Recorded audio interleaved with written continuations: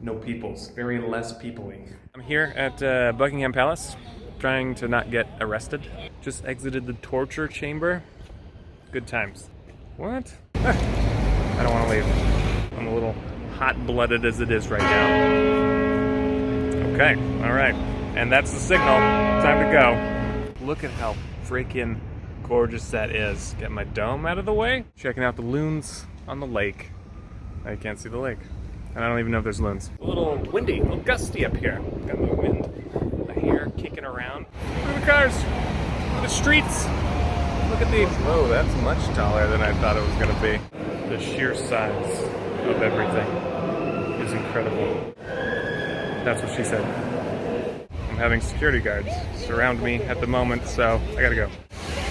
I was just thinking sometimes every time I do these videos, I just say words a lot, and I think in that last particular one, I said pizza a lot. I feel like I said pizza way too many times. Remember when I was in Chicago and I kept talking about the bean? Kept saying the bean too much? I got problems. Well, well, well.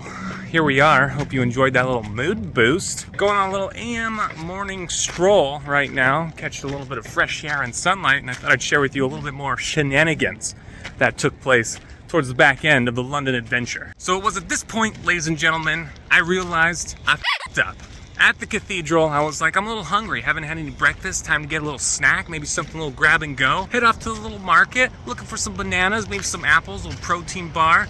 Couldn't find a protein bar for the life of me. So I go down the little, the cold aisle, right? There's sandwiches, meats, cheeses, that sort of thing. Find some breaded chicken tenders. And I'm like, great, perfect. Get a little protein, little chicken tenders. I don't care that it's cold. You know, that's fine. That's fine that it's cold. Grab it, leave, outside the cathedral, start snacking. Now I open the chicken tenders, start munching, take a big old bite right at the top. And I'm like, okay, cold, chewy, that's fine. I expected that. One more bite, little tendon is dangling out. A little tendon is poking its way out. And I was like, oh.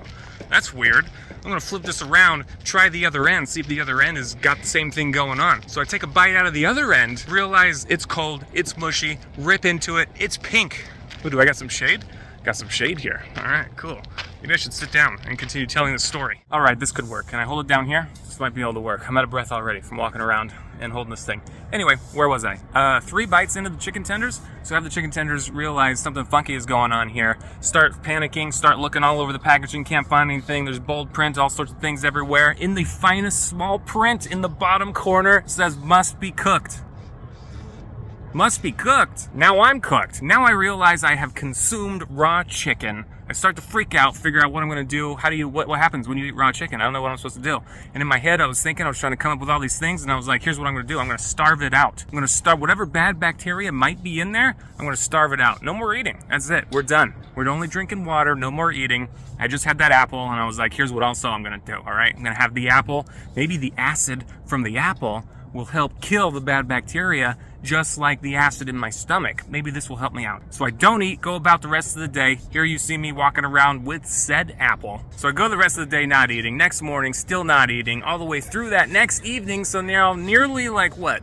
36 hours or something like that, and then I'm like, okay, I haven't felt anything. I haven't felt any symptoms. I don't feel sick. I feel like I should be sick by now if something was going on. So I had some fries, a little something, you know, put something down there. Head off, leave London the next day. On the plane, a little grumbly, but I was like, okay, you know, I haven't eaten in a while. I mean, it should be a little grumbly, you know what I'm saying? Then I get home, starts to get a little bit more grumbly. I start continuing to Google and research what could be happening to me. And I'm like, I haven't felt any symptoms. I haven't had any symptoms. It's been like 4 days now, I haven't felt anything.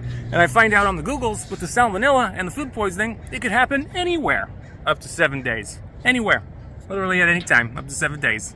So I was like, oh no, oh no. And sure enough, that 5th day, boom, hits me like a ton of bricks. I get sick and spend the next of the week sick.